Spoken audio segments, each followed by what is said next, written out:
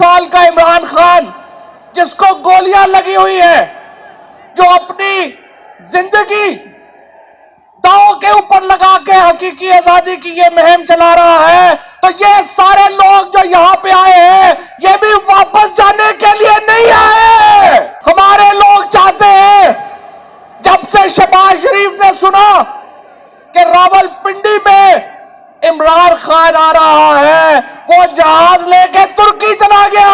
लेकिन इंशाअल्लाह ताला शहबाज शरीफ तुम सुबह आओ, हम तुम्हें एयरपोर्ट पे तुम्हारा इस्तकबाल करेंगे इंशाअल्लाह। ये जो सूरज इस वक्त ढल रहा है, ये जो शाम हो रही है, ये इस निजाम के खात्मे की उम्मीद सुना रहा है।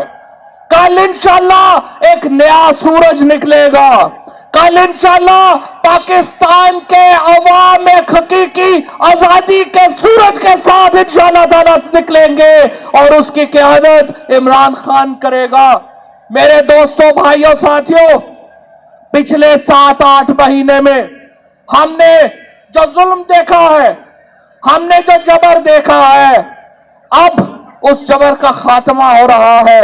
हमें उम्मीद है इदारे में भी तब्दीलियां आई हैं, हमें उम्मीद है ये पॉलिसीज में भी तब्दीलियां आएंगी। लोगों के आने जाने से फर्क नहीं पड़ता, तब्दीलियों के फैसलों से फर्क पड़ता है।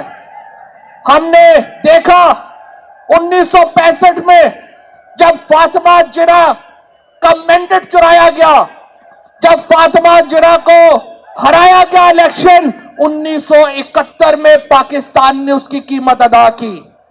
आज से 7-8 महीने पहले फिर पाकिस्तान के लोगों का मैंडेट चुराया गया और इमरान खान से हुकूमत वापस ली गई। हम चाहते हैं उसका मुताबा किया जाए, हम चाहते हैं तारीख को सही किया जाए।